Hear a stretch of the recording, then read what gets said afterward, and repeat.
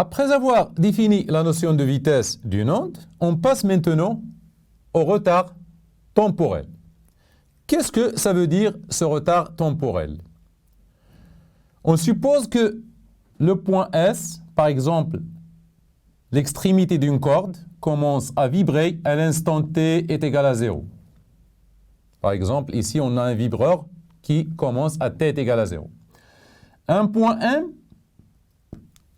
donc l'onde, arrive au point M après un temps t, ou bien un retard de temps, ce qu'on appelle un retard temporel. Donc le point M commence à vibrer après un retard temporel par rapport à S. Ce retard temporel, donc M, commence son mouvement à l'instant Tm tel que Tm, à quoi est égal? Est égal à la distance Sm sur V. Donc, si on applique la relation D, ou bien V est égal à D sur delta T, donc, supposons que T, on a dit que Ts est égal à 0, donc Tm moins Ts est égal à Tm moins Ts, Ts est égal à 0, donc c'est Tm moins Ts est égal à Tm. Donc, Tm, c'est le retard temporel de M par rapport à S. Donc, en cas général, dans le cas général,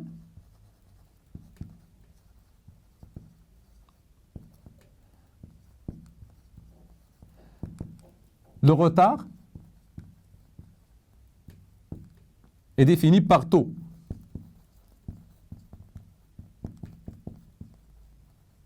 Par le retard entre M et M', entre deux points, entre M et M', deux points, M et M', par exemple ici M et ici M', M, M'.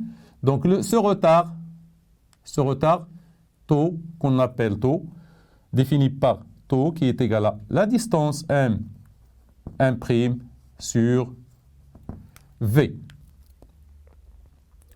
Une autre chose très importante à retenir, c'est que le mouvement du point M, lorsque la perturbation arrive en point M, le mouvement du point M est le même que celui de S à t est égal à 0. C'est-à-dire M recopie le mouvement de S à t est égal à 0. Il fait le même mouvement qu'a fait S à t est égal à 0. Cela est traduit par la relation, donc, cela est traduit par la relation Y, M, à un instant T.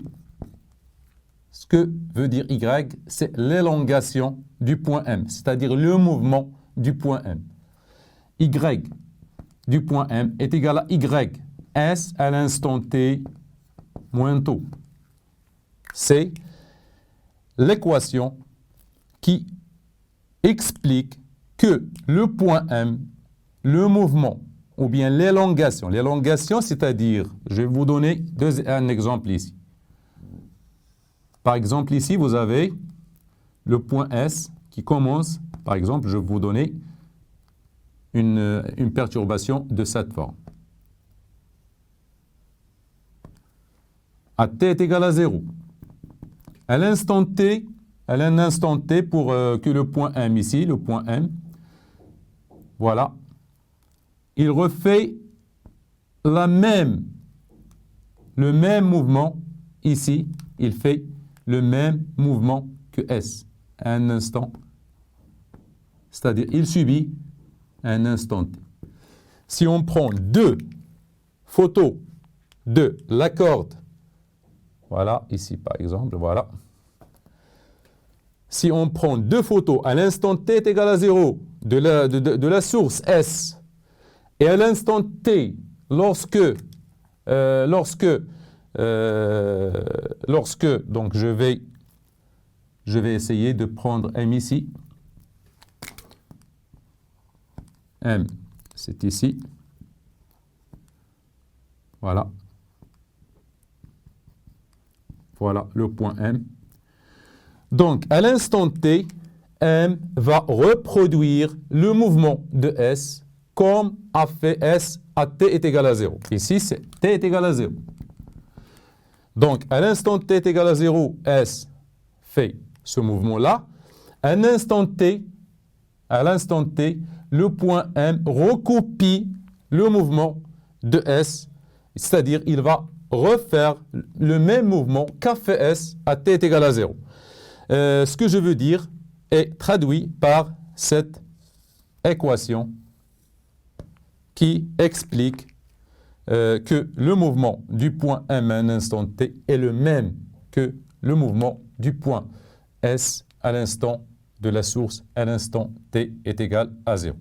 Ce qu'il faut retenir, bien sûr, c'est qu'un retard temporel, c'est un temps, elle est exprimée en distance sur la vitesse.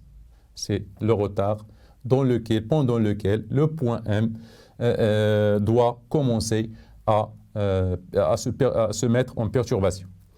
Deuxièmement, c'est l'équation qui montre que chaque point du milieu matériel refait le même mouvement qu'a fait la source à t est égal à 0.